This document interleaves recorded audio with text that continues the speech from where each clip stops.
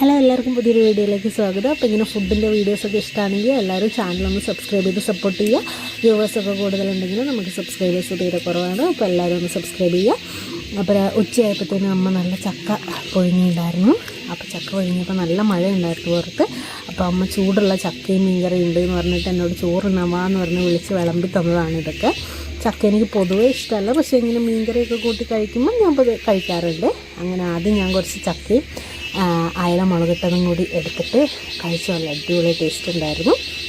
അതിനുശേഷം കുറച്ച് പച്ചടിയും പിന്നെ കുറച്ച് വെണ്ടക്കപ്പേരി, കുറച്ച് നത്തോലി തേങ്ങ അരച്ച് വെച്ചതും കൂടി, തേങ്ങയും മാങ്ങ ഇട്ട് വെച്ച കറിയാണ്, അതും കൂടി എടുത്തിട്ടുണ്ടായിരുന്നു. അപ്പോൾ പച്ചടിക്ക് നല്ല ചൂടുള്ളതുകൊണ്ടെങ്കിൽ എൻ്റെ കൈ ചെറുതായിട്ടൊന്ന് പൊള്ളിയുണ്ടായിരുന്നു. അതുകൊണ്ടാണ് ഞാൻ ആദ്യം ഇങ്ങനെ കുടഞ്ഞിട്ടത്.